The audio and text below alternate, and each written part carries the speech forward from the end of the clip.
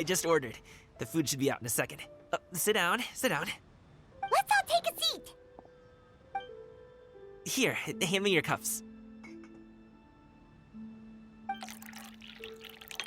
Oh, thank you. Wait, you weren't supposed to drink that, Paimon. That was for you to rinse your utensils. That's a thing?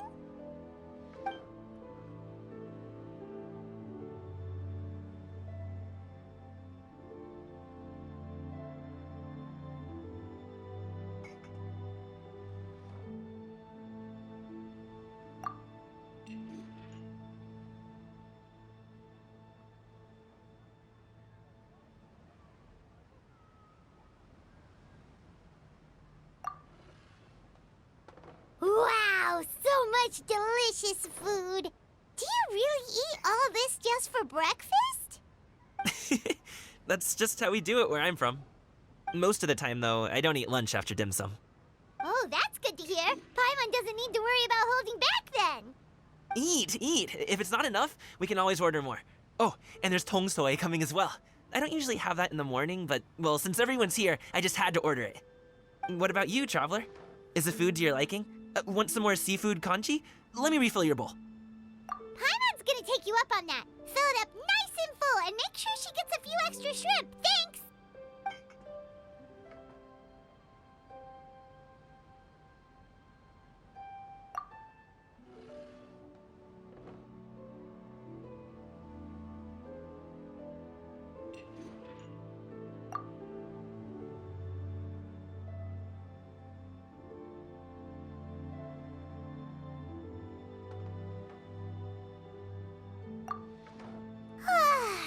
So full.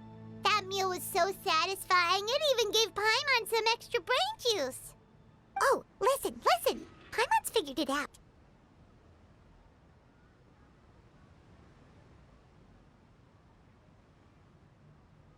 Let's think about this for a second, Gaming. You invited us to this awesome restaurant and ordered a whole table full of expensive dim sum just for the three of us.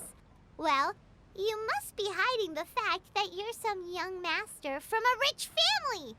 That would explain why you try to keep your friends and family away from each other. Are you confusing me with Xingqiu? Huh? You know Xingqiu? You sure know a lot of people. Well, when you're on the road as much as I am, you hear all sorts of rumors. Sometimes they're true, sometimes they're not. What it comes down to is being able to tell the difference. More often than not, that means knocking on some doors to find out for yourself. Oh, you truly are a man of many talents, young Master Gaming. Okay, enough with the teasing. Sorry to burst your bubble, Paimon, but you're wrong about my family situation. What? Oh, Paimon thought she was onto something there. My dad is just an ordinary tea merchant. Small-scale stuff, you know? It wouldn't even make sense to mention his business in the same breath as the Feiyun Commerce Guild. My dad... he always wanted me to inherit the family business, to be a merchant like him. But that's just not who I am. It's not who I ever wanted to be.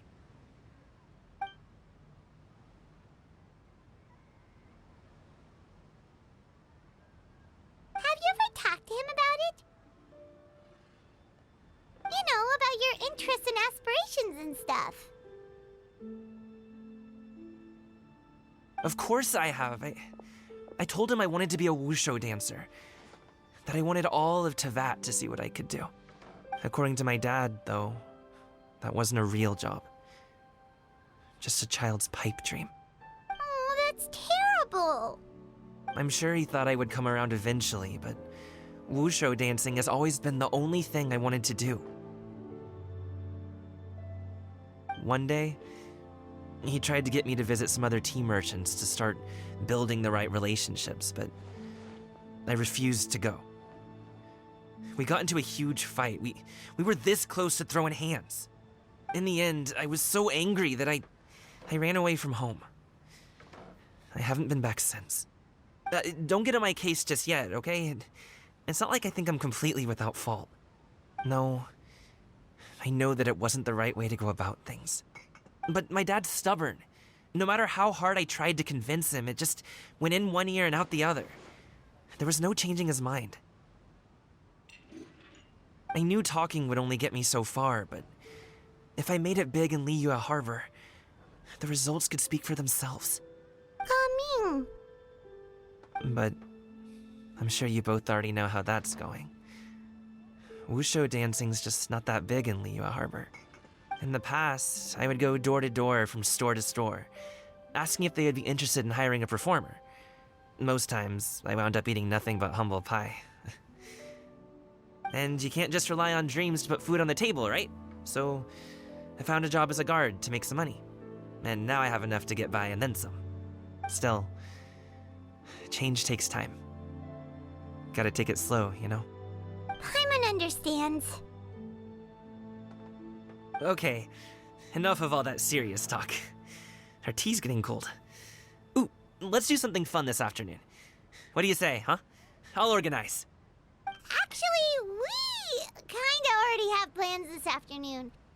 We told Xianyun that we would go to her kite-making workshop. Oh? Are you interested in kite-making, Gaming? Oh, no. It's just that I happen to know Auntie Xianyun. That title certainly humanizes her a bit. Oh, I know that she's an Adeptus. I met her during a delivery once. But hasn't she been in the city lately? She's even tried, with some limited success, to change her terms of self-address or something like that. She came to see me a few days ago to ask about luminescent dyes. Oh, wait a second. She doesn't plan on putting those on a kite, does she? Is that not something you can do? It's one thing to use it on cloth, but applying it to paper is another matter entirely. Why couldn't she tell me what she wanted them for? Yeah, she does seem to have trouble with that sometimes. It would be such a shame if everyone worked so hard on their kites only for them to get ruined in the end. Okay, I'll go with you. If Auntie Xianyun wants to use those dyes on a kite, the formula will need to be changed. Great! The more the merrier!